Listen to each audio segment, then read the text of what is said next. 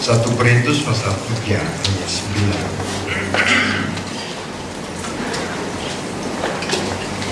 Kita membuka 1 Korintus pasal 3 ayat 9. Saudara senang dengan pasangan saudara? Saya percaya jujur dari yang jujur. Baru-baru ini saya bersama dengan seorang anak Tuhan sukses di bidang bisnis, memiliki rumah besar di 2 lokasi, di Jakarta Pusat dan di Jakarta Timur. Pada awal pertemuan itu saya selalu membandingkan diri saya ini sebagai hamba Tuhan dengan anak-anak Tuhan yang menurut saya dari segi materi mereka sangat sukses. Seharusnya dari sikap, dari ekspresi dan sikap tadi dapat menggambarkan hal yang sama. Jadi kalau kekayaan banyak, ya sebanyak itu pula gambaran tentang hati, tentang perasaan seseorang. Saya katakan begini karena selalu orang mengukur kita atau mengukur saudara dari keberhasilan materi, keberhasilan fisik, dan sangat aneh jika setelah tercapai standar ekonomi yang begitu tinggi, hal itu tidak mencerminkan kebahagiaan yang lagi-lagi menurut orang-orang ada pada tingkat ekonomi tertinggi tadi. Jadi saya ketemu dia, sudah ngobrol-ngobrol. Dia singkatnya, dia mengeluh tentang pasangannya, tentang istrinya. Istrinya saya kenal, dan yang bersangkutan juga ini saya kenal. Jadi satu keluarga ini, anak-anaknya juga saya kenal. Saya sudah beberapa kali ngobrol dengan yang bersangkutan, dan keluhannya itu dari pasangannya. Dan saya ingat khotbah minggu kemarin, para istri itu damprat seperti begitu. Saya diam saja, tapi kemudian saya berkata begini, saya katakan bahwa tetap dia adalah yang terbaik. Saya tidak katakan bahwa dia tidak terbaik. Iya, saya katakan bahwa saya memberikan pernyataan seperti itu dilihat dari apa yang kamu perlukan. Cari tahu. Nah, karena dia adalah seorang pebisnis yang sukses, pergaulannya juga sangat luas. Rupa-rupanya dari dunia usaha dia ini dengan lingkungan yang saya sebutkan tadi luas. Dia kenal sana, kenal ini, kenal itu, dan lain-lain. Istrinya ini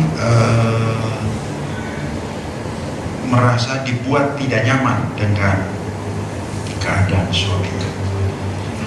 Istrinya ini cuma tahu rumah, mall.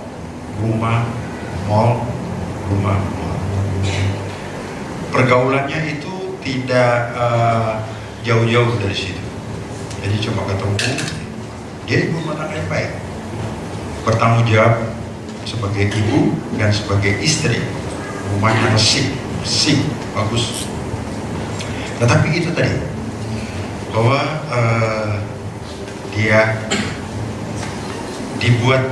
dibuat gimana dengan pasangannya.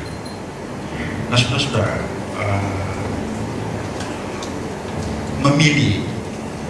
memilih seseorang yang kita putuskan menjadi pasangan, dengan dia kita berinteraksi, dengan dia kita beraktivitas, kita bekerja, akan memberikan kemungkinan buat kita menikmati nyamannya hidup, tapi juga bisa sebaliknya membuat kita tidak nyaman. Kalau bicara soal tidak nyaman, saya ingat kata Mika berkata, jangan percaya kepada saya, jangan percaya kepada teman. Kalau ayat ini kita pakai, kita gunakan dalam konteks sehari-hari keluarga, misalnya seperti ini, saya sudah ketemu beberapa keluarga mendekati sama keadaan mereka. Kalau saya hubungkan ayat Mika itu, dia katakan bahwa jangan percaya kepada sahabat, jangan percaya kepada teman. Ada hal yang berbahaya di hari-hari terakhir ini bagi setiap pasangan.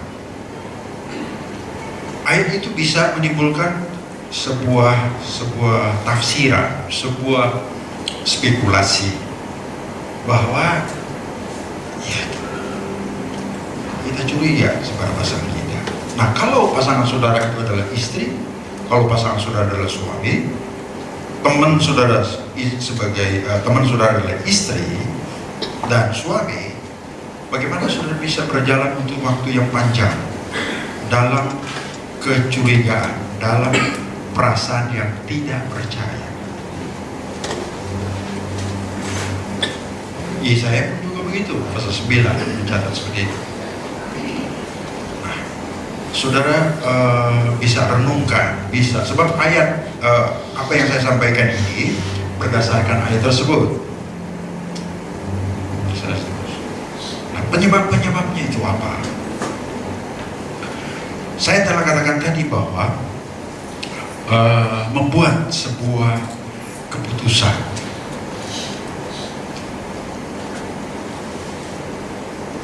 mendapatkan seseorang yang kepadanya kita jadikan diri kita sebagai teman, kita jadikan diri kita sebagai sahabat, dan dia pun juga seperti itu.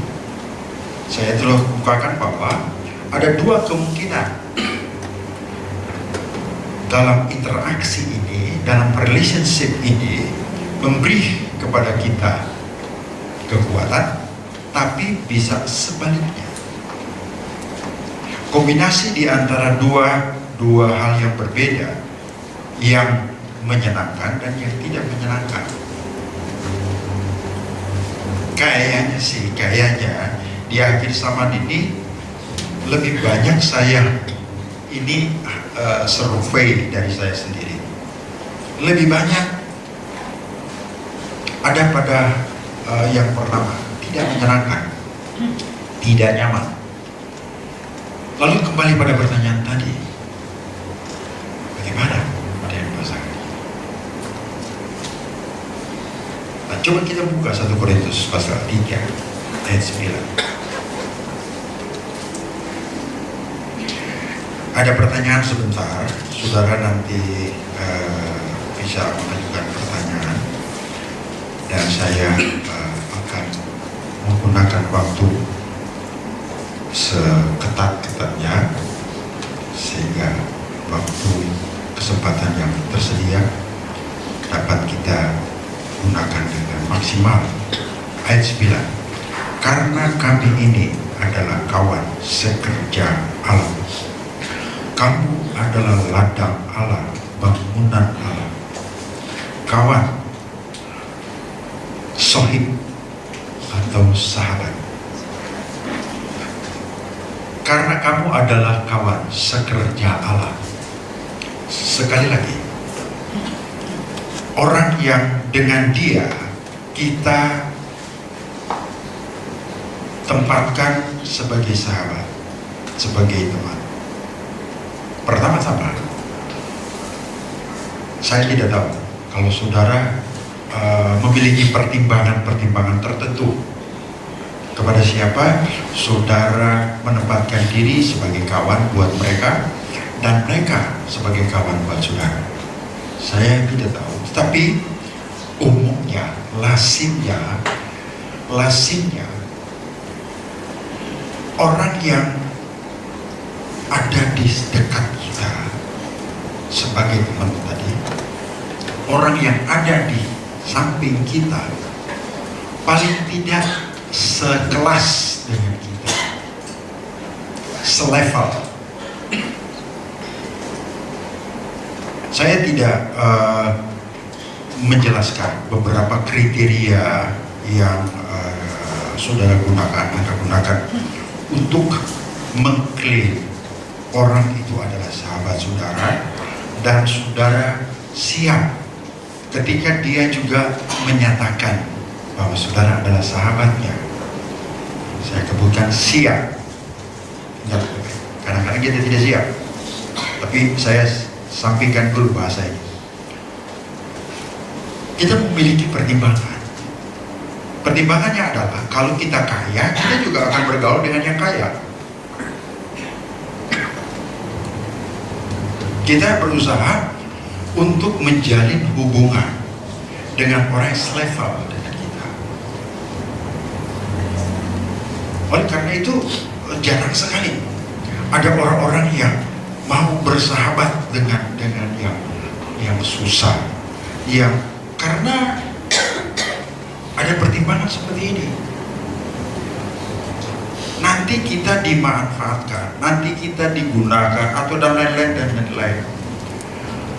Rasa nggak enak kalau bergaul dengan dia, rasa tidak nyaman. Kalau di saat-saat tertentu kita di pertemuan-pertemuan umum dan kelas kita sudah di atas, level kita sudah di atas, jalan dengan orang yang seperti ini, saudara harus melupakan sedikit harga diri saudara yang berlebihan. Siap orang berkata, itu siapa sih teman lo tuh? Siapa sih dia? Saudara harus siap. Itu yang saya kemukakan tadi. Siap. Harga diri yang begitu besar bisa membuat saudara tidak nyaman. Tapi kalau saudara menyampaikan hal tersebut dan tetap menganggap bahwa orang di samping saudara itu adalah benar-benar sahabat tanpa melihat dia itu seperti apa, itu akan membantu saudara untuk nyaman, akan membantu saudara untuk tetap enak dengan dia. Di sini Paulus berbicara mengenai jemaat Korintus sebagai kawan Tuhan, sebagai temannya Tuhan. Nah, sekarang saudara pertimbangkan baik-baik, pikirkan bagaimana Tuhan yang di atas, Tuhan yang begitu hebat, lalu mengambil oknum, mengambil pihak yang tidak selevel, tidak sekelas. Pertama, Tuhan itu baik, Tuhan itu penuh kasih, kesabarannya itu dikenal, diakui, tercatat di dalam Alkitab. Ketulusannya pun juga seperti itu. Artinya secara moral, mental, tidak ada yang bisa mengalahkan Tuhan. Nah, sekarang dia menempatkan diri sebagai teman dengan pihak yang saya kemukakan tadi, tidak sekelas, tidak selevel. Pertanyaan berikut adalah, bagaimana kita bisa dengan orang yang kita sebut sebagai teman? Otaknya itu mentok sudah. Artinya kepandaiannya itu di bawah rata-rata. ekonominya pun juga di bawah garis miskin. Saudara berjalan, saya sudah katakan tadi, beraktivitas, kita bekerja dengan orang-orang seperti ini. Bertahankah Anda? Bertahankah saudara untuk satu masa yang kalau ada komitmen awal, wah itu mesti panjang, saudara. Sebagai suami istri misalnya, sebagai suami istri, saudara terikat kontrak dengan pasangan saudara, terikat kontrak ini bukan antara saudara dengan saya ketika saya memberkati saudara, bukan antara saudara dengan orang tua yang menyatakan restu atas kebersamaan saudara, bukan, tapi dengan Tuhan. Dengan Tuhan saudara membuat sebuah kontrak, dan risiko atas pembatalan kontrak tadi itu dampaknya besar sekali. Kembali kepada bahasa saya tadi, siapkah kita? Beranikah kita atas segala konsekuensi? Tuhan mengambil kita sebagai sahabat, sebagai pasangannya, walaupun tidak selevel, tidak sekelas dengan kita. Kelakuan kita beda. Sesekali kita tahu bahwa kita tidak jujur, kita tahu bahwa kita tidak setia, dan kita tidak bisa membohongi apa yang kita tahu tentang diri kita. Boleh jadi kita berusaha pura-pura, boleh jadi seperti itu. Tetapi hal yang sesungguhnya yang kita tahu tentang diri kita, hal itu tidak bisa membuat kita seolah-olah benar, saudara-saudara, seolah-olah baik. Tidak bisa. Hidup kita ini berpengaruh besar, kuat terhadap diri kita sendiri, plus hal-hal yang lain. Bisnis, kerja, studi kita, uang itu, kekayaan, keuangan, kepandaian itu tidak menentukan, tidak. Life more important than money. Uang tidak bisa membeli hidup. Dengan hidup, saudara bisa mendapatkan uang, tapi uang tidak bisa membeli hidup yang hilang dari diri saudara.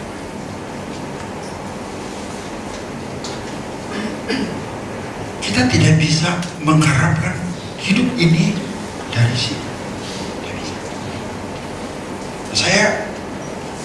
Saya tertarik dengan ayat ini karena bagaimana Tuhan itu sebegitu istimewa, begitu luar biasa dia, disanjung, dikagumi.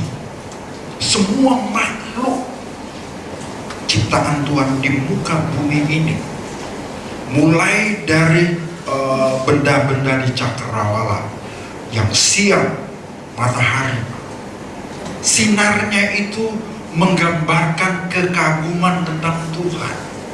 Bentuknya, panasnya, kehangatannya menjelaskan tentang Tuhan. Malam hari, bulan, bintang, semua menunjukkan tentang mereka ini memuliakan Tuhan. Roma pasal 1. Semua burung-burung dengan suara-suaranya yang berbeda-beda. Ketika pagi tiba, menjelang malam, kita mendengar suara-suara dari setiap makhluk ini. Apa yang mereka lakukan itu menyatakan mereka. Tuhan, dia begitu mulia, dia begitu besar, dia begitu hebat, dia begitu luar biasa, dikagumi, disanjung dan lain-lain. Sekarang dia mengambil satu posisi sejajar dengan kita,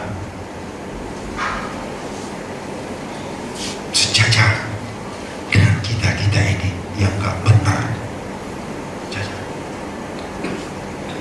Dia yang turun, bukan dari sini yang naik, dia yang turun. Dan saya sudah katakan tadi, Tuhan siap dengan segala keputusan dirinya untuk menjadi pasangan kita. Apa yang siap? Yang dicela, dihina. Orang Yahudi berkata, dia berkumpul dengan orang-orang berdosa, dia berkumpul bergaul dengan orang-orang berdosa. Yesus itu siap.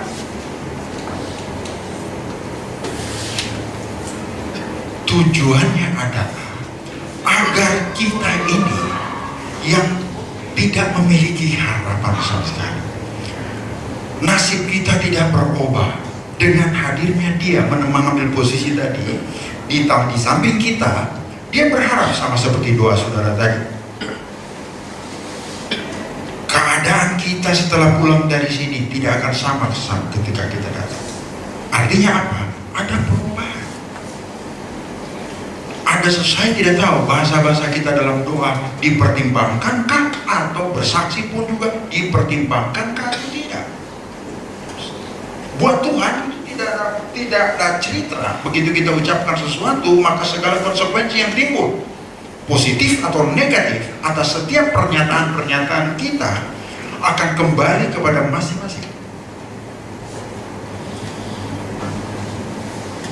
Tuhan siap dihina, dia siap sampai mati, dia siap. Kembali kepada saya kemukakan tadi mengenai pasangan ini, saya berkata bahwa udahlah, itu sudah yang terbaik, dan saya yakin Tuhan akan berikan kemampuan untuk itu. Saya sudah menasihatkan kepada saudara, seorang istri dipuji-puji habis oleh suaminya.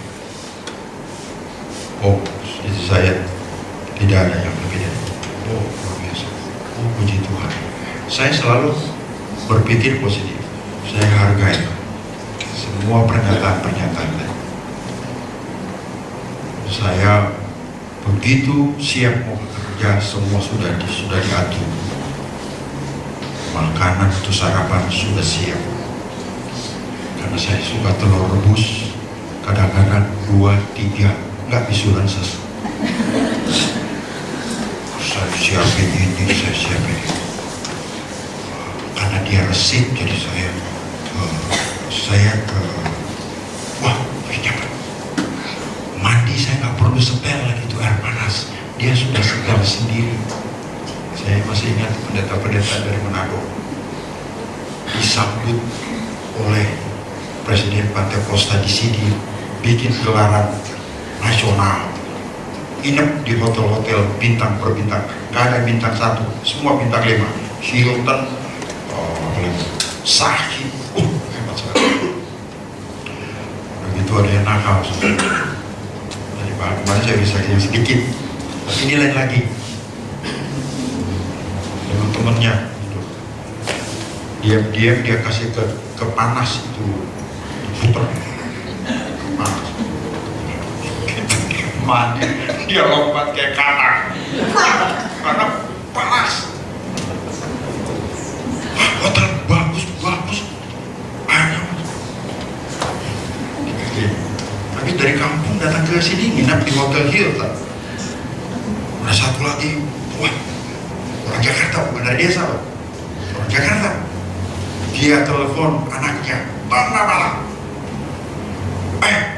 Saya sudah sebut namanya. Tolong bawain papi punya jaket dan sekalian selimut. Mau selalu di Hilton, bawa selimut, mau masuk, dia sudah teroris apa? Kenapa pak? Hotel bagus nggak ada selimut. Padahal kan di Spray sama apa tuh? Ya seperti itu loh. Nah ini saya mau cerita. Itu istri saya udah disiapin, harus sudah di setel. Dia tahu supaya saya tidak terlalu repot-repot gitu. Saya dengerin ngapain ini istrinya ya. Saya bayangin suka-suka istrinya tuh. Luar biasa. Putri CRT. Sudah, saya ketemu satu waktu sama istri saya salamin dong saudara-saudara. Selamat puji Tuhan, selesai luar biasa, jadi berkat buat suami saya sudah puji habis-habisan saudara-saudara, mukanya tetap kayak kaku, kayak saya mau digampar saja. Saya tiba-tiba saya ada yang tidak beres di sini. Betul, tiba-tiba dia nangis.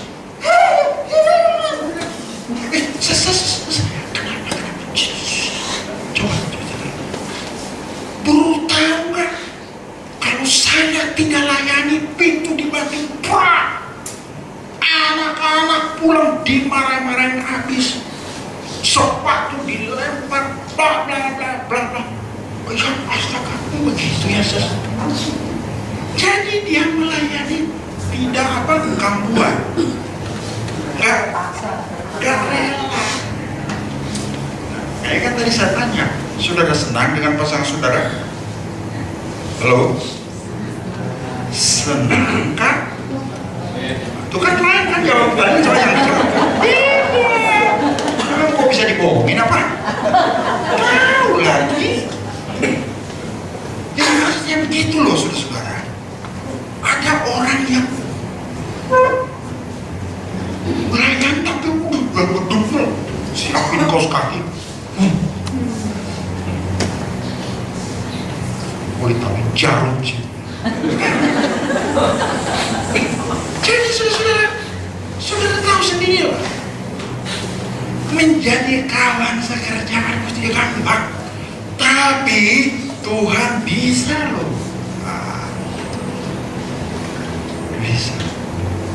Bisa. Saya singgung kembali apa yang saya kemukakan tadi. Siap.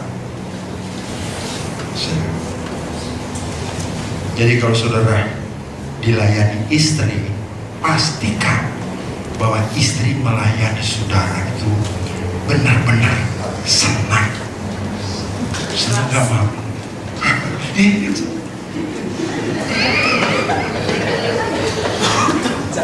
Kita melatih kejujuran. Ya apa ya? Pastikan. Maksudnya jangan saudara senang cuma sepihak, satu senang satu susah. Begitu suami pergi keluar,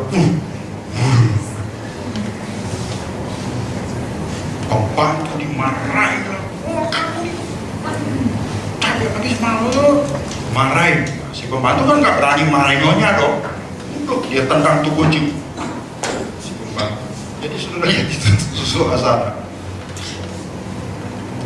menjadi teman Yesus, menjadi kawan dengan kita karena dia siap.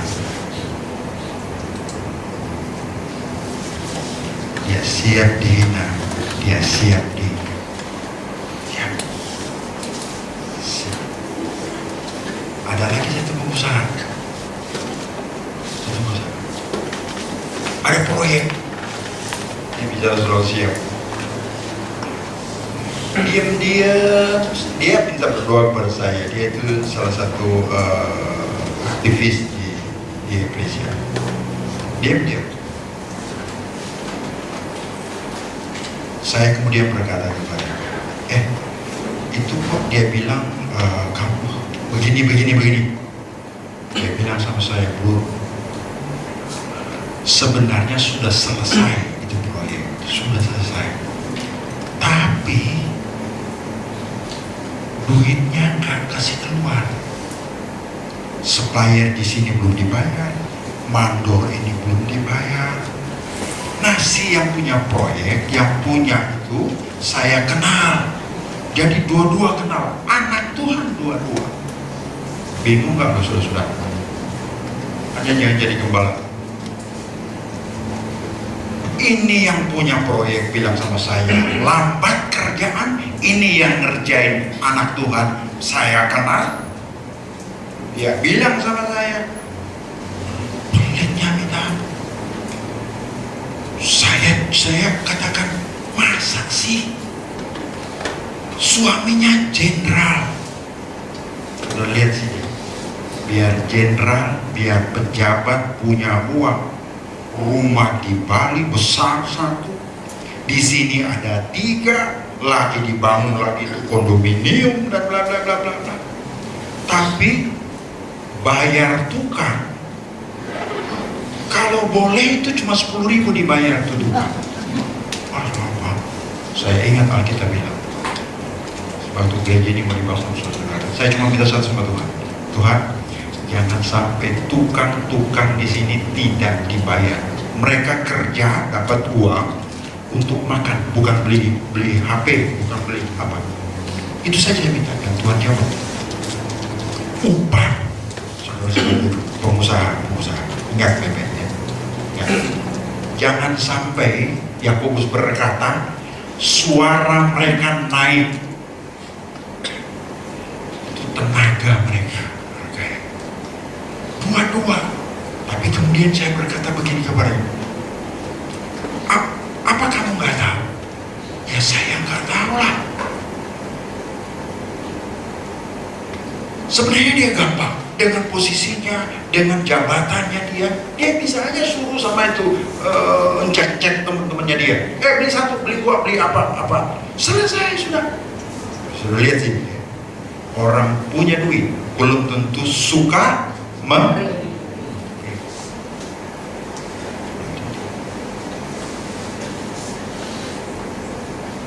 Bagaimana mau berteman? Saya selalu ketemu mereka, jalan, suka ketemu. Tapi ternyata begitu, susah. Berkawan itu saling memanfaatkan itu tidak bagus. Saya senang dengan Pak Yanto, dia memiliki teman itu yang nyong pulang, anaknya mau nikah, temannya nyong itu dari sekolah, dari SMP ya bro, SR dengan si pengusaha dari TK di Poso sana, Arab, Mosul, berteman sampai sekarang, awet, karena beliau tidak mau memanfaatkan. Rumahnya di Menteng, bekas Menteri Dalam Negeri punya rumah. Dia tidak mau memanfaatkan. Saudara memiliki seorang teman, dia kaya di depan saudara, di mata saudara, jangan jadikan keberhasilan yang bersangkutan itu sesuatu untuk menguntungkan saudara. Tidak boleh. Di dalam keluarga seringkali kita tidak menjadi teman buat pasangan kita. Saya sudah katakan tadi bukan? Suami senang, tapi istrinya tidak nyaman. Kalau dia tidak melayani, marah-marah suaminya. Macam-macam. Kalau tidak melayani, tapi kalau dilayani, rasanya gimana gitu loh. Bukan tidak mau menjalankan tanggung jawab, bukan. Tapi kadang-kadang sudah capek, sudah lelah. Saya kadang-kadang juga bingung tuh saudara-saudara. Saya kadang-kadang malu sebagai laki-laki. Istri itu baru juga lahir, itu masih digendong, masih disusu, tinggal taruh.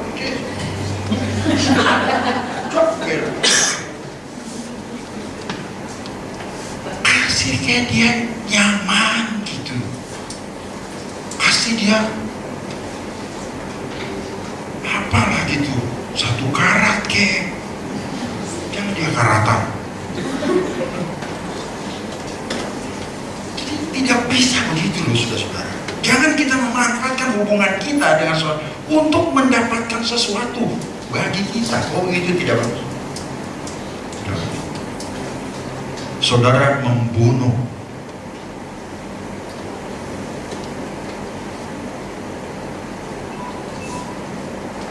semangat diri saudara sendiri. Saudara sedang membuat sebuah lembah kesulitan.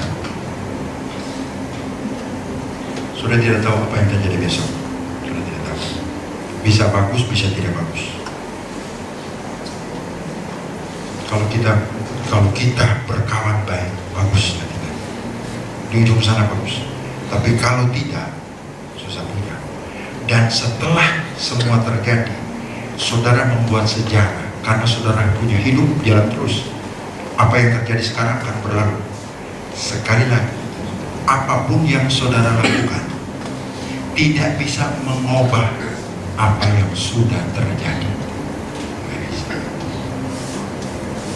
Tidak salah kalau saya berkata, pikir baik-baik, pertimbangkan baik-baik.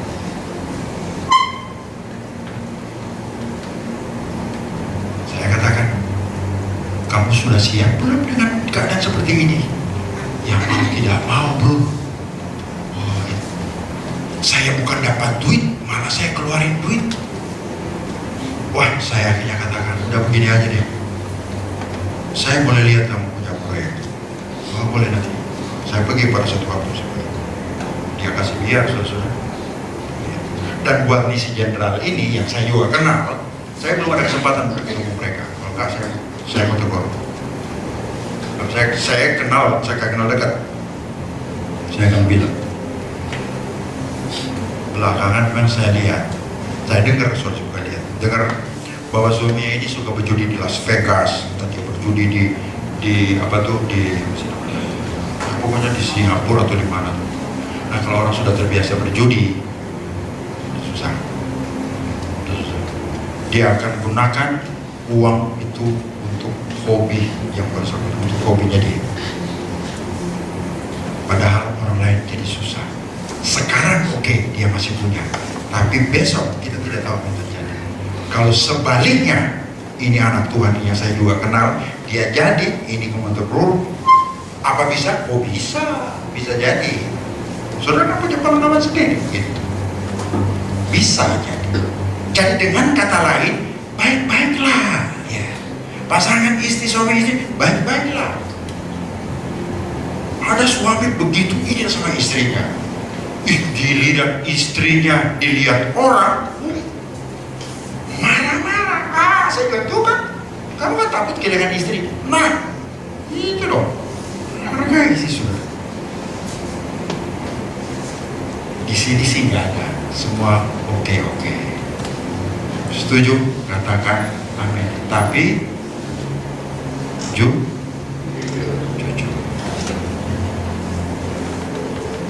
Saya kasih waktu untuk bertanya. Jadi simpulannya, kalau Tuhan berkawan dengan kita, dengan posisi tadi dia turun, artinya dia siap. Siap apa? Siap dihina, siap macam-macam sampai mati.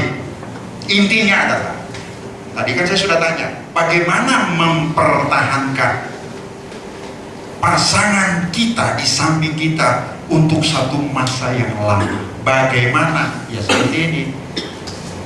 Ya sudahlah, mengalah saja.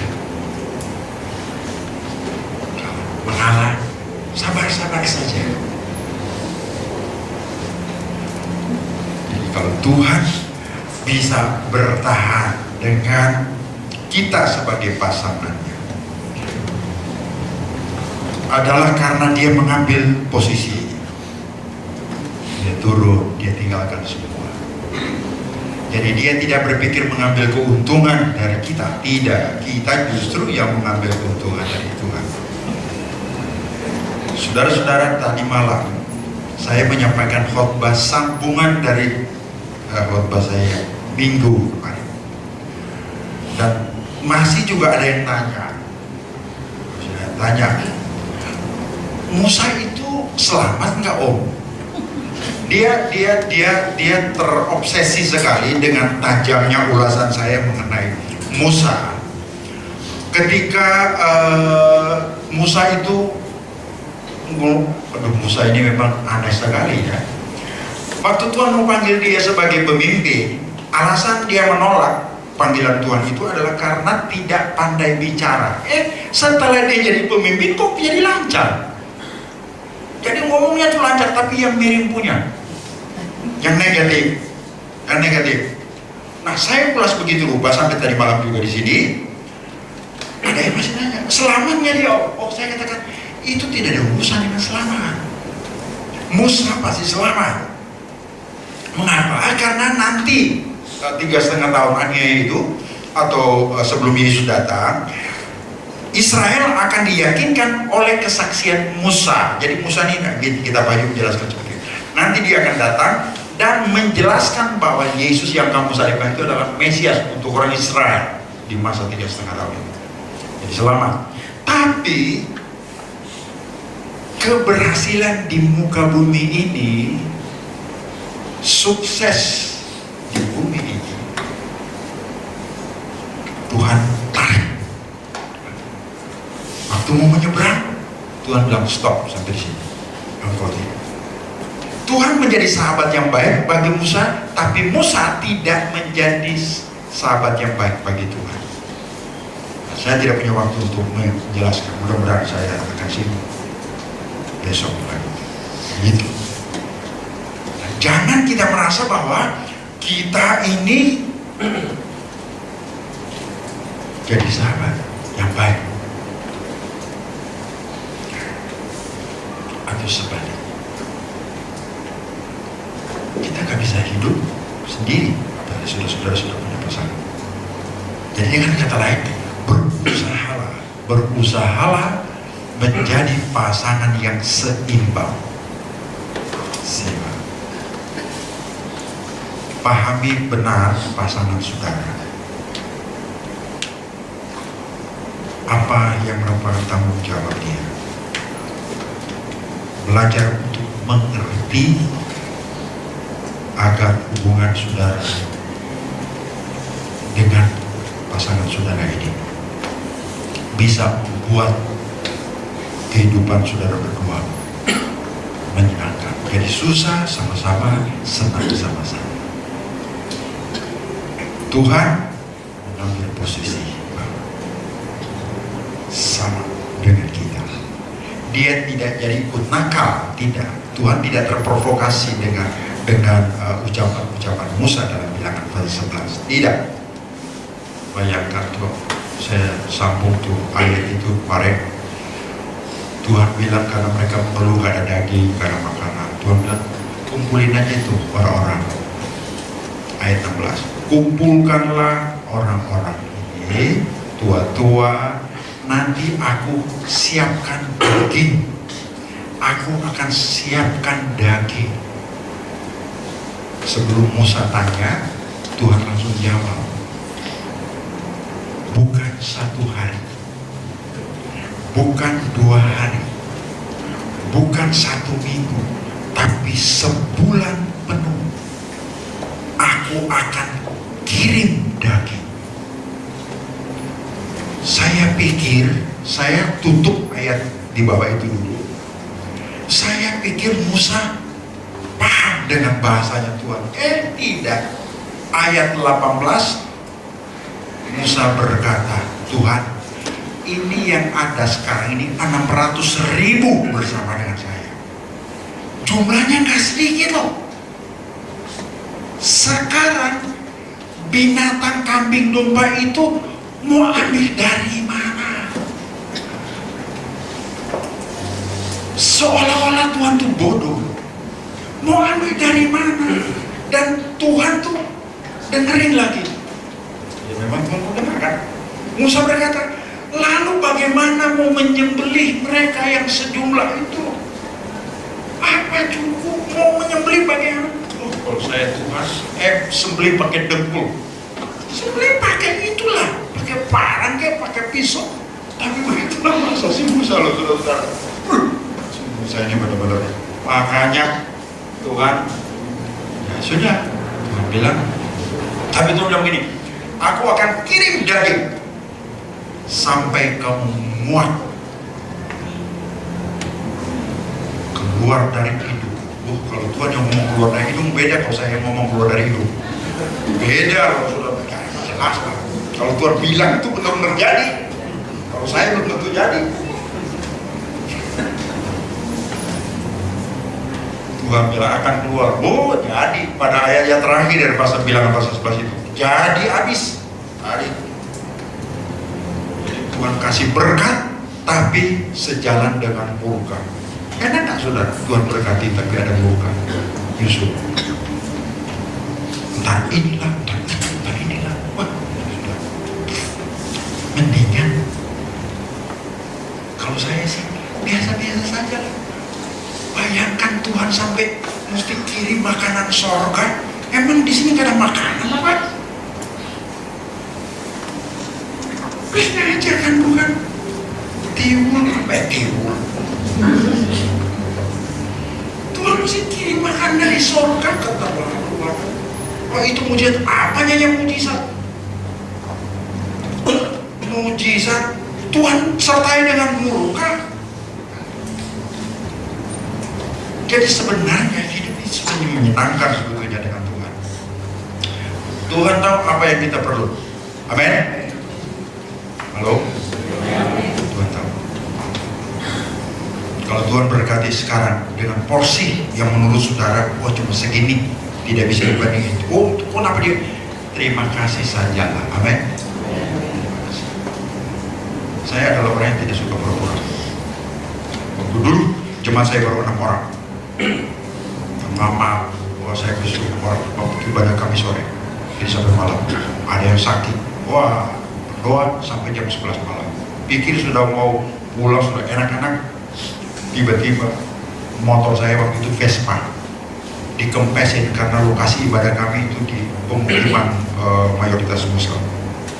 Dikempesin. Nah, saudara bayangkan Vespa itu mesti didorong dengan mesin di belakang, kira-kira gampang. Tapi saya terima kasih. Memang ini risiko. Sudah siap ya. Senang aja bawanya.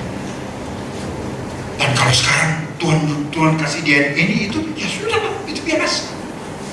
Masa saya mesti pura-pura susah, minta belas kasihan?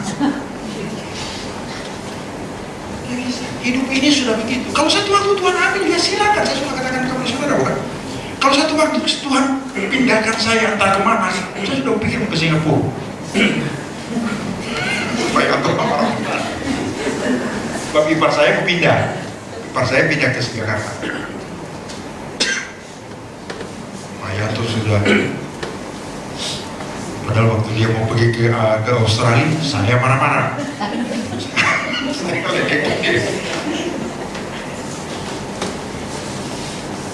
Kalau satu waktu Tuhan kasih pindah, masa saya minta ganti $50.000 yang waktu saya keluar itu duit? Ya mungkin bukan.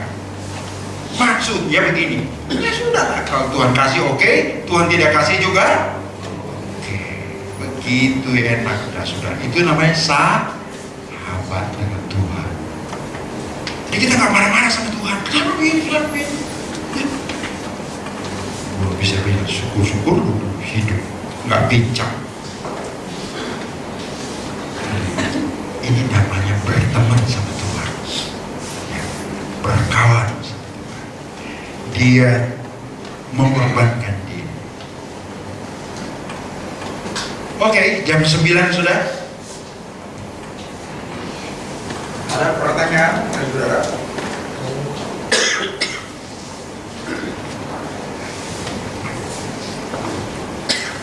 Minggu lalu, kayak 2 minggu lalu kan sudah kita tahu ya. Ya siapa yang mau bertanya juga.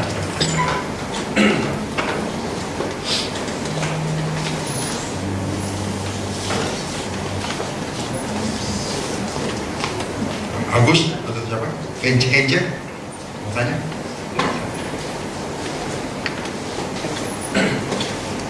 Soal? Musibah? Apa? Ada?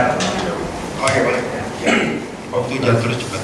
Beberapa kali ada sebuah statement dari teman-teman dan saya cuma ingin menanyakan tapi menguatkan aja. Kan mereka katakan seseorang itu katakan bahwa ayah, ibu, anak itu kita nggak bisa milih, itu adalah berkat dari Tuhan. Tapi kalau pasangan itu adalah kita yang milih. Nah, jadi kita harus bertanggung jawab kepada Tuhan karena pasangan itu kita yang milih, bukan anak, bukan orang tua. Karena kalau anak sama orang tua kita nggak bisa pilih. Kita mau jadi anaknya siapa, kita mau punya anak kayak gimana, kita kan bisa pilih. Nah, apakah itu ada hubungannya dengan apa namanya yang dikatakan tulang rusuk yang hilang itu kita yang nyari? Tulang rusuk yang hilang itu saya nggak tahu tulang rusuknya. Bisa bantu saya? Ada kan Hawa kan dibuat dari tulang rusuknya. Seperti itu maksudnya. Jadi ada punya rusuk hilang gitu. Maksudnya gitu. Pasangan.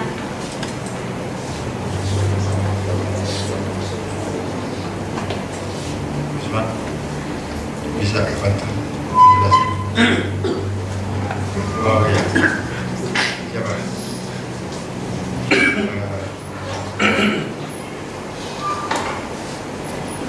Tolong. Oh, sama. Ya, belum. Ya, kalau di saya bilang kalau berarti untuk alasan dari awal yang sebenarnya itu nanti karena cuman dengan nanti itu bebas lebih masalah kita semua salah jadi ternyata ya kita awal waktu itu pada waktu nanti aku segini tapi kalau misalnya mungkin lain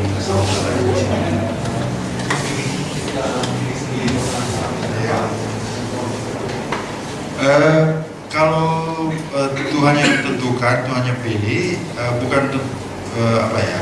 Itu saya ingat si sama Ibrahim, Ishak. Tuhan sudah siapkan. Tuhan sudah siapkan istrinya si Ishak itu. Tuhan siapkan. Tapi untuk memastikan bahwa yang bersangkutan betul disiapkan Tuhan, ada petunjuk juga dari Tuhan. Ada petunjuk, ada tanda.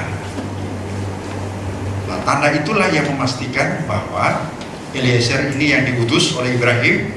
Tanda itulah yang meyakinkan Eliezer bahwa itu wanita yang ketemu dia sudah itu yang Tuhan siapkan buat si Ishak. Ini yang tulang rusuk apa hilang? Ini nggak hilang sih, Mak. Jadi seperti itu. Jadi ada tanda. Jadi Tuhan memang siapkan, tetapi untuk memastikan bahwa dia adalah pilihan Tuhan pilih untuk kita tentu akan juga ikuti petunjuk-petunjuknya. Nah sekarang ada yang berpikir begini, kalau Tuhan sudah pilih, kenapa begini? Loh, sebetulnya tidak boleh diklaim bahwa pilihan Tuhan pasangan kita untuk kita semua tidak.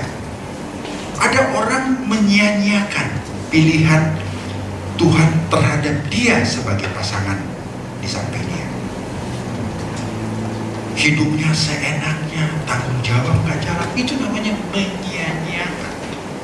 Hargai dong bahwa saya ini adalah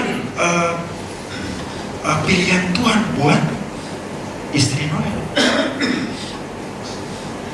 Jadi harus menghargai, nggak bisa mentang-mentang, oh saya Tuhan memang sudah siapkan buat istri. Jadi seenaknya kita hidup, kita justru menyepelekan, menghina.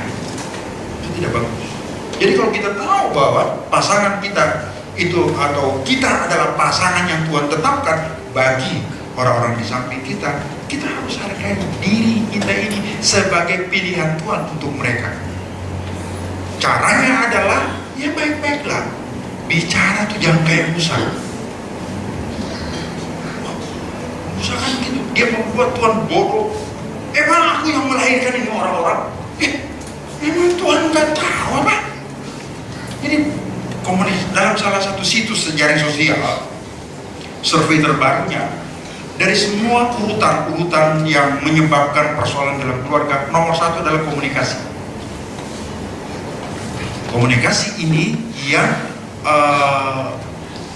yang menjadi sebab kita bicara. Cara seperti saya katakan, coba kalau Tuhan terprovokasi dengan ucapan Musa, kan ramai bukan?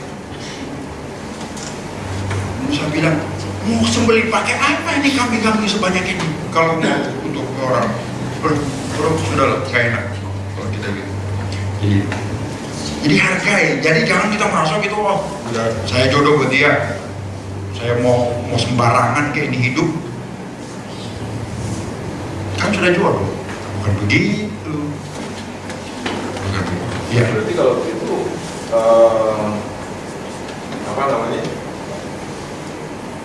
Tuhan yang memilihkan jodoh buat kita, bukan kita yang memilih jodoh dan ditetapkan sama Tuhan. Betul, Tuhan memilih, Tuhan siapkan gitu. Kita nanti akan ikuti Tuhan kasih begitu. Masa kamu main sembarangannya dan berdiri ayam berubah, sini enak. Nggak bisa begitu kan? Ya kalau saudara tahu risikonya ya siap, apa? Susah saudara, senang saudara. Ya itu sih. Nah, ini kalau seandainya kan kayak contohnya Om itu Ishak dipersiapkan istrinya tuh dari makanya dengan istilahnya tuh caranya tuh baik lah ya kan. Nah, fenomenal yang terjadi bukan saja zaman sekarang Om, tetapi dulu pun sudah terjadi. Yang katanya itu bersatu karena MBA, Married by Accident. Nah itu by accident. Ya, ya kecelakaan lah gitu ya kan. Itu jodoh. Nah itu bagaimana Om gitu loh. Kalau seandainya mungkin yang MBA ini yang ketika mereka menikah, pada akhirnya menikah lalu berjalan dengan baik gitu kan, oke gitu kan. Tetapi bagaimana kalau seandainya mungkin salah satu dari entah itu suami atau istri bilang kok saya tuh kayaknya nggak cocok karena saya tuh married tuh karena ya begini kejadiannya, menjadikan satu alasan untuk mereka itu mempersalahkan yang sudah terbentuk ini gitu loh. Selalu kalau nggak bagus kita bilang nggak jodoh. Iya gitu ya kan. Menurut saudara bagaimana? Apa sih saudara pikir begitu jodoh juga semua bagus?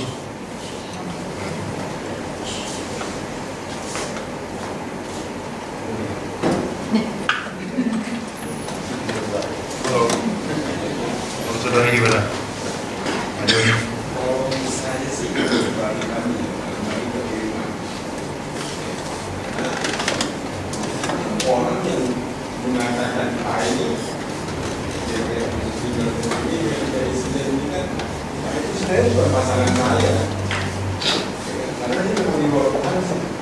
Kalau menurut saya sebenarnya ketemu saya di dunia barat sana Manado terus datang ketemu dengan orang Jawa sebetulnya sesuatu yang menurut saya juga wah ini ada sesuatu yang menurut saya nggak masuk di akal, tapi karena kita ketemunya di dalam Tuhan jadi ketemunya di gereja memang salah satu tanda begitu. ya, jadi saya menurut saya ya inilah pasangan yang disiapkan Tuhan buat saya Ya. dan kita jalani itu kita jalani bersama-sama apapun situasi Ya, Agus. Intinya saya melihat dasar yang paling dalam adalah iman, kembali kepada iman. Kalau berbicara MBA, saya tadi berpikir tentang seseorang yang dijodohkan. Maksudnya B ini beriman sama-sama atau hamil? Oh bukan, MBA tadi kan karena Accident, iya. accident. Saya juga terpikir dengan satu orang yang dijodohkan, yang tidak kenal, tetapi dia dijodohkan kemudian ternyata sampai ending bahagia. Yang married by accident, pada awalnya tentu saja mereka kenapa bisa terjadi hubungan seksual misalnya, tentunya awalnya juga kondisinya pasti baik, tetapi perjalanan hidup ini ada proses. Nah, kadang-kadang orang hanya karena alasan, karena menyalahkan kondisi ini dan itu, sehingga kita bilang wah ini bukan jodoh saya. Tapi kita harus ingat, dan saya kira kita setuju bahwa tidak ada sesuatu yang Tuhan ciptakan, yang Tuhan buat dalam hidup kita itu sesuatu datang bukan karena Tuhan. Semua Tuhan yang merencanakan. Jadi iman, hanya perjalanan iman itu yang membedakan kita menafsirkannya. Ya, oke. Ada tanggapan dari Bung Kristanto?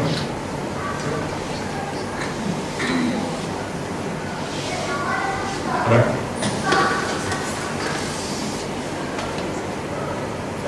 Siapa lagi? Menurut saya ini dari SDN. Kan kita kan Tuhan sudah kasih dipilih, kan kita pilih kan, boleh kan bilang memilih jodoh siapa. Nah sekarang dia pilih dengan eksiden ini, dia pilih, ya kan? Akhirnya dia married, Tuhan kasih dia married, kalau dia bilang itu nggak jodoh, itu yang dia salah. Kenapa? Tuhan sudah kasih, kalau namanya dia sudah menikah, itu sudah jodoh dari Tuhan, dan tidak bisa diceraikan. Jadi jangan dia alasan, oh ini eksiden, nggak bisa. Kalau Anda sudah dipersekutukan dengan Tuhan dengan cara apa? Anda sudah married, itu sudah jodoh. Nah ini yang tidak bisa dimain-mainkan. Karena kenapa kamu pilih? Kan Tuhan sudah kasih, nah sekarang Tuhan sudah restui. Oke, kamu jadi sebagai suami istri, sudah direstui, nggak boleh diceraikan. Itu kalau menurut saya itu. Ya. Tetap Tuhan merestui kita, jadi Tuhan kasih bebas, oke pilih. Makanya itu yang jadi bukan bilang Tuhan hilang, nggak ada yang Tuhan hilang. Maya gimana? Dikasih. Maya? Susi lagi masih penasaran Susi. Ayo. Ya. Tanya terus. Memang kan maksudnya sih melontarkan sebuah contoh ini. Terkadang manusia itu suka mencari-cari ya kan. Jadi ya betul bahwa segala sesuatu pada akhirnya ketika kita menyadari tahu gitu kan tentang firman Tuhan, pasti mau peristiwanya seperti apa ketika kita sudah bersatu, ya itu harus dipertahankan gitu loh. Mau lu istilahnya lu kecelakaan duluan, mau lu dijodohin, mau bagaimana, lain segala macam, kalau sudah dipersatukan itu artinya sudah Tuhan kehendaki gitu loh. Terkadang kan kita ini manusia tuh karena seiring waktu berjalan kita tahu kelemahan pasangan kita masing-masing, kita mulai dari cari-cari gitu loh. Mungkin ini bukan jodoh saya karena gue udah hamil duluan gitu kan.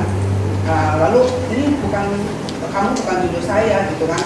Jadi ada alasan untuk bercerai gitu loh, karena mungkin dijodohin atau sebagainya gitu loh. Nah kalau yang tadi Maya tadi sempat juga ngomong bagaimana kalau seandainya yang misalnya udah married nih jadi satu anak Tuhan, satu bukan gitu loh, ya kan?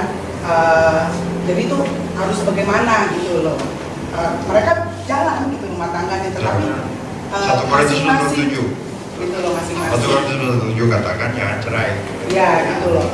Nah saya sempat ngomong. Ya bisa beda lah ya. Siapa dia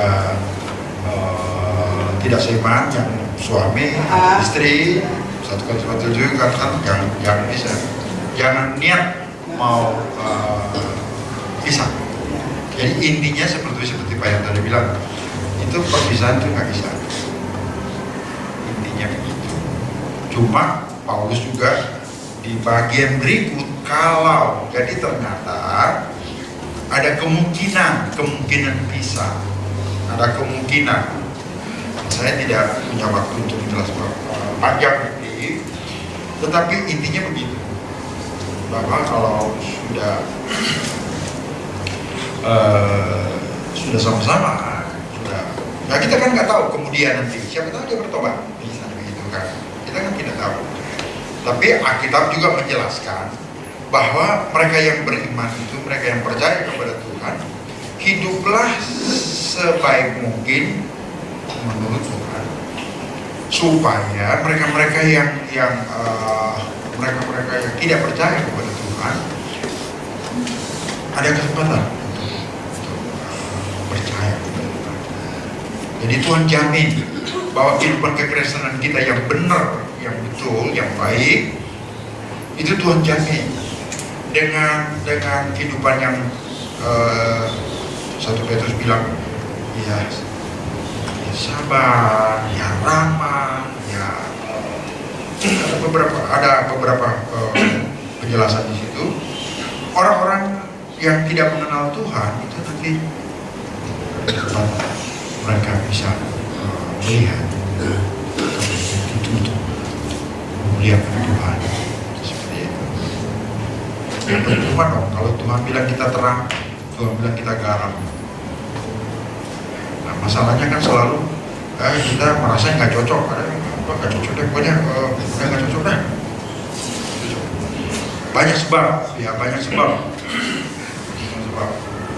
Seperti ada satu sebab. Jadi itu saya katakan tadi kan, tanggung jawab. Jadi suaminya tidak bisa menunjukkan tanggung jawab dia dalam posisi sebagai kepala, dalam posisi sebagai pemimpin. Teman saya, anaknya saya berkati. Pasangannya itu datang kepada saya. Dia bilang, saya seperti tidak memiliki suami. Semua saya mesti kerjain. Dia mesti kerjain ini, yang bocor lah, dalam pecah lah, keran ini, semua itu. Urusin mobil, bawa ke bengkel. Sebenarnya tidak mau, soalnya malas. Nah ini yang saya kemukakan tadi kan, bahwa kalau kita merasa bahwa kita ini adalah jodoh dari Tuhan untuk pasangan kita, coba belajar hargai pilihan Tuhan itu, hargai, tunjukkan tanggung jawabmu. Bukan berarti karena sudah jodoh bahwa kita semuanya hidup dengan pasangan, nggak bisa begitu. Justru dengan pilihan Tuhan ini, Tuhan siapkan kita untuk pasangan kita. Kita tunjukkan, kita urusannya kan dengan Tuhan, bukan dengan orang-orang di sekitar kita. Urusannya dengan Tuhan. Ya namanya juga Tuhan yang pilih. Kalau kita bicara tadi soal jodoh dari Tuhan, ya ini urusannya dengan Tuhan. Nah kalau urusannya dengan Tuhan, masa nggak ada ketakutan dari kita sih? Masa kita nggak mau hargai? Ya bisa. Dia tinggal. Saya akan katakan kepadanya, kamu harus pikir baik-baik. Yang kedua belum berarti lebih baik dari yang pertama.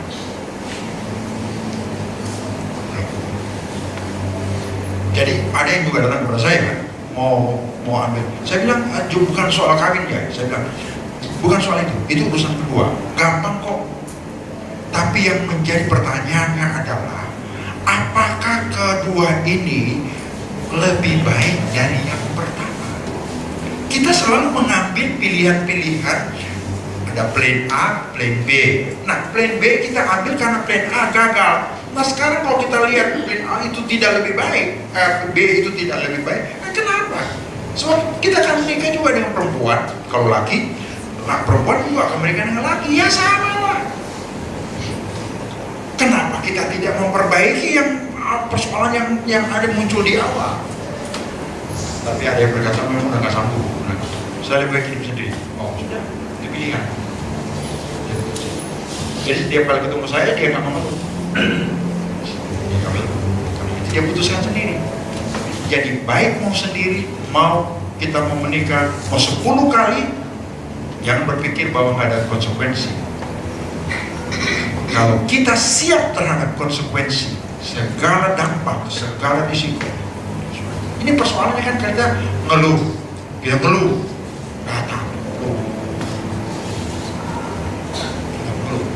masalahnya di sini. Kita berpikir bahwa dengan jodoh, nggak ada masalah, siapa bilang? Tetap ada masalah. Tapi kalau kita tahu kepala kita ini memang disiapkan Tuhan.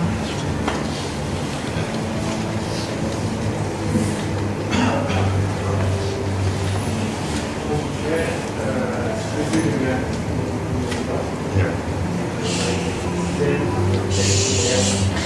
Ada satu keyakinan saya bahwa insiden dan tidak insiden itu semua keluarga itu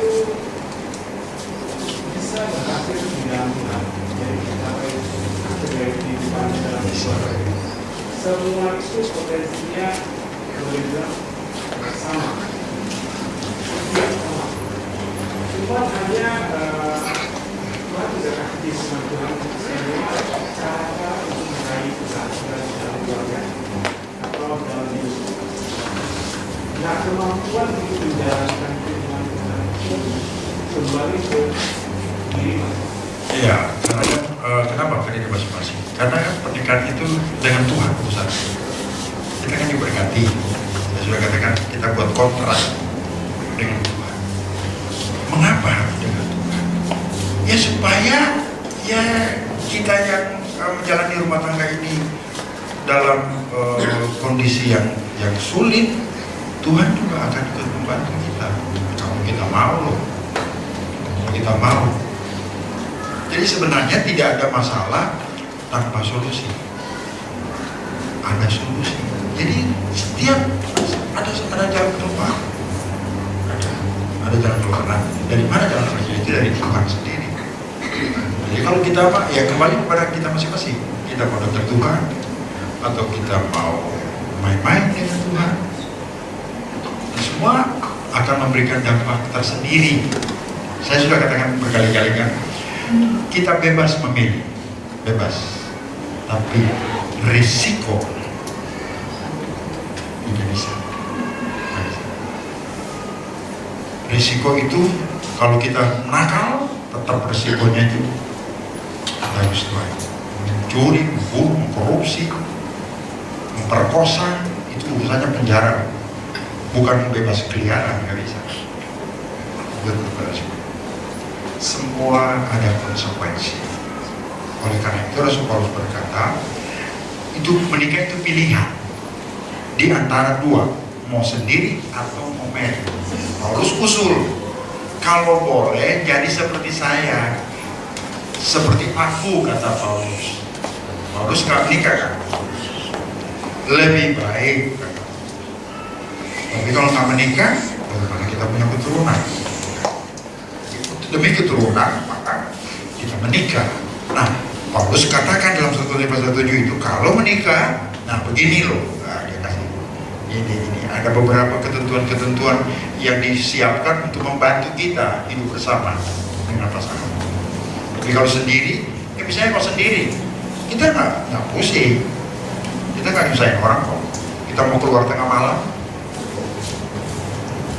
kita mau ke Singapura sekarang ini sama sendiri, nggak masalah. Tapi kalau sudah punya istri, kita mesti tanya sama dia. Atau punya anak, apalagi punya anak, mau family game aja kita mesti tanya mana, susah lagi. Kan? Itu kalau family game belum yang keluar negeri. Jadi begitu, semua tapi jalanin aja. Keluarga. Ya. Ini udah setengah puluh saudara. Masa kita mau terus-terus? Ya. Apa mas? Satu lagi, 5 menit. Jadi 5 menit. Jadi jangan berkata, oh saya nggak cocok lagi. Jangan. Tidak boleh. Tapi kalau saudara berkeras, seandainya saya harap sih tidak. Itu yang teman saya sudah 5 tahun kalau tidak salah. Saya pikir ya senang kalau saudara sama aja, malah lebih susah. Jadi ya sudah tahu lah jawaban. Saudara punya teman-teman orang-orang yang ya sudah tahu sendiri. Saudara bisa belajar dari mereka. Tapi satu hal, kita harus dekat dengan Tuhan. Itu saja. Amin. Kalau suami saudara capek, ya bantulah dia. Istri juga kalau dia capek, saudara bantu dia. Yang memaksakan dia. Ya. kuatkanlah hatimu melewati setiap persoalan. Tuhan Yesus selalu menopangmu. Jangan berhenti harap padanya. Kuatkanlah hatimu lewati setiap persoalan. Tuhan Yesus selalu menopangmu. Jangan berhenti harap padanya. Tuhan pasti sanggup. Tangannya takkan terlambat untuk mengangkatmu. Tuhan pasti sanggup. Percayalah, Dia tak tinggalkanmu. Anak saya suka diledekin orang. Kamu umurnya udah 32. Saya sendiri sebagai ayahnya juga ditanyain, kapan tuh? Dan saya bukan ya kadang-kadang terasa terganggu. Kan kalau orang Indonesia selalu begitu, mikirin kawin. Saya ingat Rottweiler di sebelah. Kalau udah mau pengen kawin, bawaannya udah inilah. Tapi anak saya sih nggak begitu. Mikir. Jadi saya tanya sama dia, kamu nih punya mikir sebelum saya terus dia jawab, kawin, nikah. Sebenarnya lah, dia jawab ini, nikah tuh gampang. Dia angkat 10 jari. Dari 10 yang Papa berkati, 4 bubar. Saya juga nggak bisa ngomong. 10 yang diberkati, 4 bubar, kabur. Nggak laki kabur, nggak perempuan. Sudah lihat ya.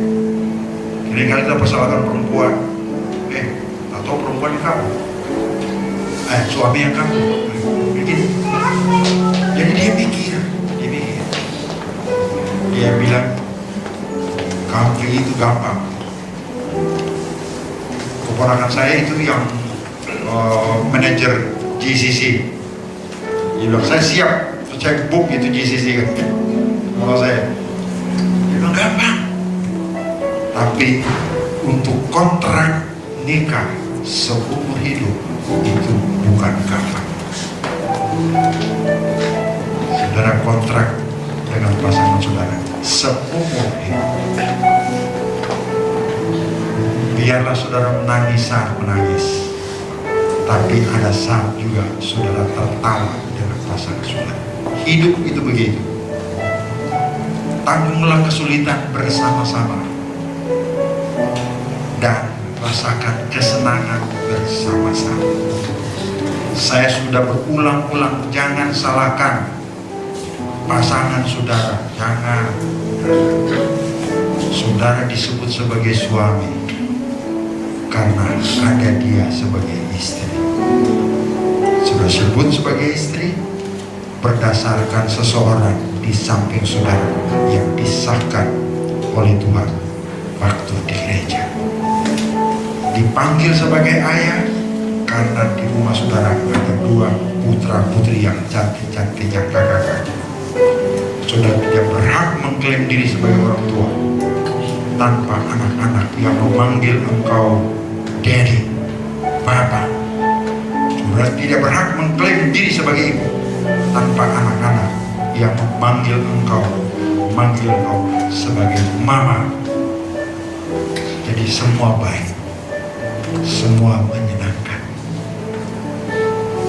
Kalau saudara mengalami masalah karena kontrak nikah kita dengan Tuhan, datanglah. Jangan persoalkan doa. Justru mempersoalkan doa itu menunjukkan hati saudara tidak ada dekat Tuhan. Menjelaskan, saudara jadi bodoh malah. Saudara, kita ngeluh tentang masalah, kita tidak sanggup menghadapi masalah, tapi kita tahu bahwa yang membantu kita mengatasi masalah adalah Tuhan. Nah sekarang, bagaimana hubungan kita dengan Tuhan? Kembali jawaban itu ada pada saudara Anda sendiri.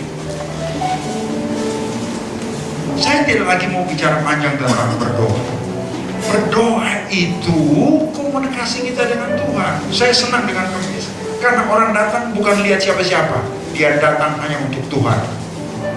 Mau ada firman Tuhan bagus kayak mau apa enggak, maunya saya berlutut, saya bercerita, bercakap-cakap dengan Tuhan. Saya menangis, lebih baik menangis di hadapan Tuhan. Saya berseru menjerit, lebih baik menjerit kepada Tuhan. Jadi jangan masalahkan, jangan besar-besarkan masalah, karena solusinya Tuhan sudah siapkan. Amin. Sudah siapkan. Saudara mengeluh tentang anak-anak saudara, Tuhan kasih buat saudara. Kasih anak juga saudara pusing. Datang kepada pendeta, perlu doain dong supaya istri saya hamil. Nah, saya suka tanya, sudah positif belum? Sudah positif belum? Negatif terus om. Saya berdoa bukan, nah dapat anak pusing sendiri. Larilah kepada Tuhan. Jangan berhenti. Tuhan sanggup. Amin. Dan jangan masa bodoh, mau bagaimana, nggak bisa, kecuali saudara siap ya. Nah, saya salah satu di antara orang-orang yang tidak mau bermain dengan. Udah susah loh saudara, udah susah. Saya nggak tahu apa yang terjadi besok. Saya bersyukur saya mendapatkan anak saya kembali. Maka waktu dia diurus saya dengan obat, wah, hampir tiap hari dan mata nggak berhenti. Dan saya bicara kepada, saya akan kehilangan kamu atau saya mendapatkan engkau kembali. Saya bicara gitu, ngobrol, dan dia berjuang, dan akhirnya dia menang. Sebab saya katakan, nggak ada satu kuasa yang melebihi kuasa Tuhan. Apapun itu, maut sekalipun. Saya katakan, kalau kamu sukses 1 minggu, berhenti, kamu akan sukses 1 bulan. Bisa 1 bulan, kamu akan bisa 1 tahun. 1 tahun, kamu akan bisa 2 tahun. Saudara, tanamkan optimisme seperti itu kepada anak-anak saudara. Kalau engkau bisa bertahan dalam keadaan susah 1 hari, engkau bisa 1 bulan. Dan ingat, tidak akan pernah selamanya engkau susah. Tidak. Satu waktu, pagi hari itu datang, matahari harapan itu bersinar mengusir malam gelap yang menakutkan. Itulah Tuhan. Oh, tidak ada yang lebih hebat dari Tuhan. Dia sanggup. Jadi jangan mengeluhkan anak saudara, suami, saudara. Sudahlah, stop. Lari, datang dekat kepada Tuhan. Kuatkanlah hatimu. Kita berdiri bersama-sama. Lewati setiap persoalan, Tuhan Yesus selalu menopangmu. Jangan berhenti harap padanya. Kuatkanlah hatimu. Kuatkanlah hatimu.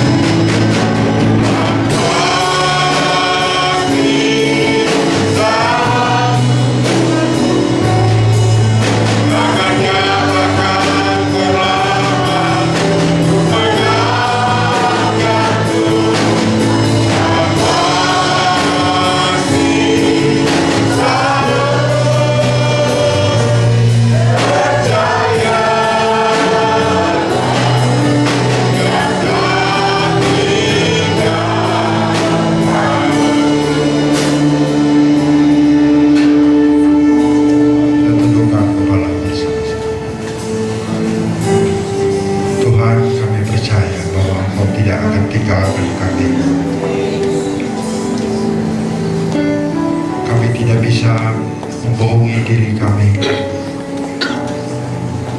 Ada saatnya kami lelah, capek, kecewa, takut,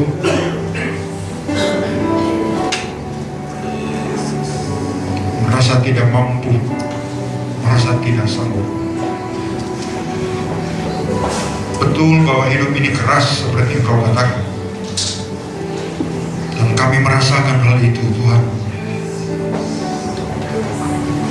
Tidak hanya buat mereka yang sendiri, tapi kami yang hadir berpasang-pasangan seperti malam hari ini. Kami tidak bisa menghindar dari setiap kondisi, situasi, keadaan di mana kami mendapatkan diri kami susah, sakit, gagal. Kami berusaha untuk lari, ingin pergi jauh, seakan bahwa tempat yang akan kami tuju lebih baik daripada semula. Seakan bahwa tempat yang kami telah tentukan ini itu lebih menyenangkan. Sampai kami melihat bahwa tidak ada yang lebih baik, kecuali kami tetap di tempat di mana Engkau taruh kami di sana, seperti Israel. Di mana Engkau letakkan kami di situ, di mana Engkau membawa kami di sana bersama dengan pasangan kami. Dan buatlah kami mengerti bahwa rancangan-Mu tidak pernah salah. Kalau Engkau membawa Israel berhadapan dengan bukit batu, tidak ada tanda-tanda akan memberikan kehidupan, air untuk diminum. Tetapi di sana justru Engkau merasa nyaman, merasa senang, karena Engkau dapat melakukan sesuatu yang luar biasa. Engkau membuat Israel tercengang dari bukit batu keluar kehidupan. Tuhan, tolong kami supaya ketika persoalan datang, buatlah kami tenang, walaupun gelombang itu begitu besar, walaupun badai masalah begitu besar. Tuhan, biarlah kami tetap di sana dan mendapatkan bahwa Engkau ingin menyatakan mujizat di situ. Oh, haleluya. Gantikan air mata kami menjadi sukacita, Tuhan. Kami tidak mau tentukan hidup kami ke depan dengan cara kami sendiri. Kami berusaha untuk menemukan cara mengatasi. Di luar Engkau, Tuhan, kami tahu itu bukan yang terbaik. Di dalam Engkau itulah yang terbaik. Biarlah kami sebagai pasangan suami istri menghadapi masalah ekonomi, keuangan, kesehatan, dan lain-lain. Kami tahu jalan keluarnya, yaitu datang tersungkur di hadapan Engkau. Lebih baik kami menangis bagaikan anak kecil di hadapan-Mu daripada kepada siapa yang kami tidak tahu akan memberikan jalan yang baik buat kami. Engkau berkata bahwa tidak ada sahabat yang terbaik seperti Engkau. Manusia bisa mengecewakan, manusia bisa menyusahkan, bisa menyakiti, tetapi ketika kami menemukan sahabat yang terbaik, yaitu Engkau, di sana kami terhibur, di sana kami mendapatkan sukacita. Tuhan, buatlah kami selalu kuat menghadapi setiap persoalan. Ketika kami menghadapi masalah dan kemudian kami menang, maka ada hal yang berikut akan datang. Kami tetap akan keluar sebagai pemenang. Terima kasih Tuhan Yesus, memberkati pasangan suami istri, anak-anak mereka yang bertumbuh besar. Tuhan, menjalankan kehidupan sehari-hari dengan tanggung jawab yang luar biasa berat. Tuhan, ada Engkau yang akan membantu. Mereka tidak sendiri, mereka ada bersama dengan Engkau, Tuhan. Terima kasih, memberkati setiap keluarga, berkati pekerjaan usaha, Tuhan. Terima kasih. Masih banyak pertanyaan-pertanyaan yang belum kami jawab, Tuhan. Kami percaya Engkau juga akan membantu kami untuk mengetahui dari firman-Mu sendiri. Terima kasih. Dalam nama Yesus kami sudah berdoa dan mengucap syukur. Semua kita berkata, amin.